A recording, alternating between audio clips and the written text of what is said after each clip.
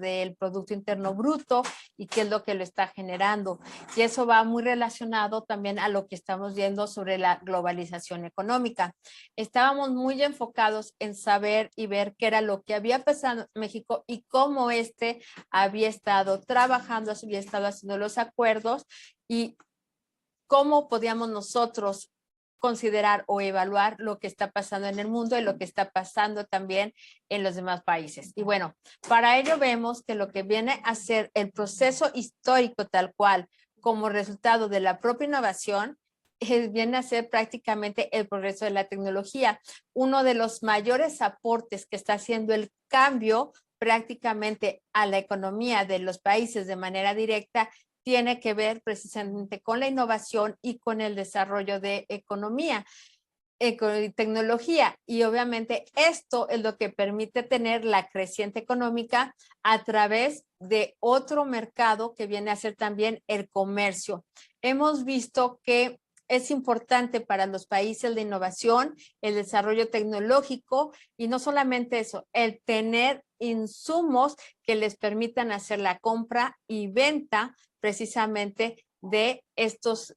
recursos para poder hablar de una economía que está fluyendo y que obviamente tiene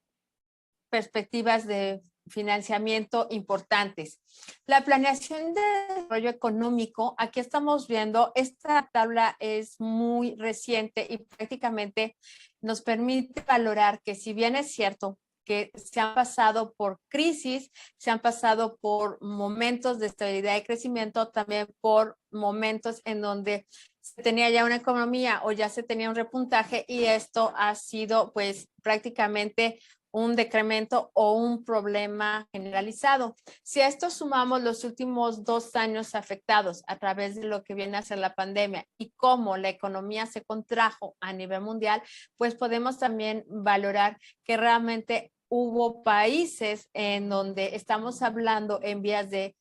subdesarrollo que obviamente afectó de manera también directa esta contracción. Aquí vemos prácticamente cómo nos comentan que tuvimos una contracción del 8.4% anual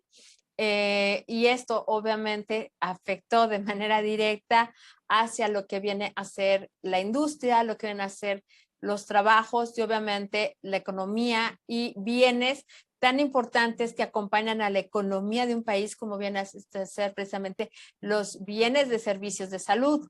Y algo importante es que actualmente no se ha podido tener el crecimiento, pero a nivel mundial, prácticamente por los contextos de guerra. Y bueno, esto ha tenido obviamente implicaciones adversas, sobre todo en países de Latinoamérica y Sudamérica, en donde venían ellos trabajando por un crecimiento y pasar o transferirse de ser países subdesarrollados hacia países desarrollados. Entonces, obviamente, la guerra ha frenado, ha hecho que se tenga una volatilidad en lo que vienen a ser los insumos de alimentos, pero también de hidrocarburos y obviamente esto es algo que afecta de manera global a todas las economías.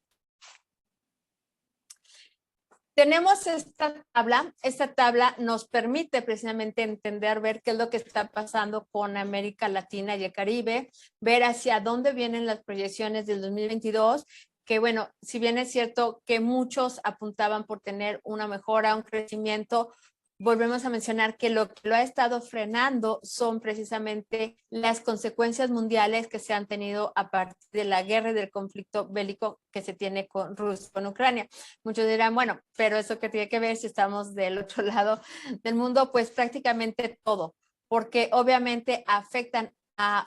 un mercado global en donde los países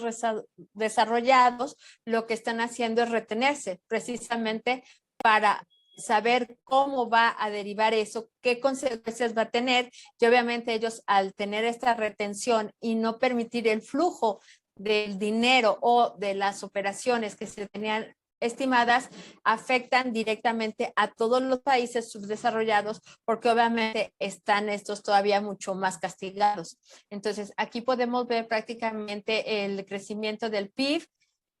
y obvio que vemos que efectivamente esto es una afectación de manera directa de lo que viene a ser el conflicto bélico. Ese es otro aspecto en el cual, por eso, a través de las Naciones Unidas, se está haciendo mucho en hincapié de que realmente eso tiene que acabarse y no puede prolongarse más, porque finalmente está afectando a la economía de todos los países, pero la mayor afectación es hacia los países que venían precisamente en ese crecimiento.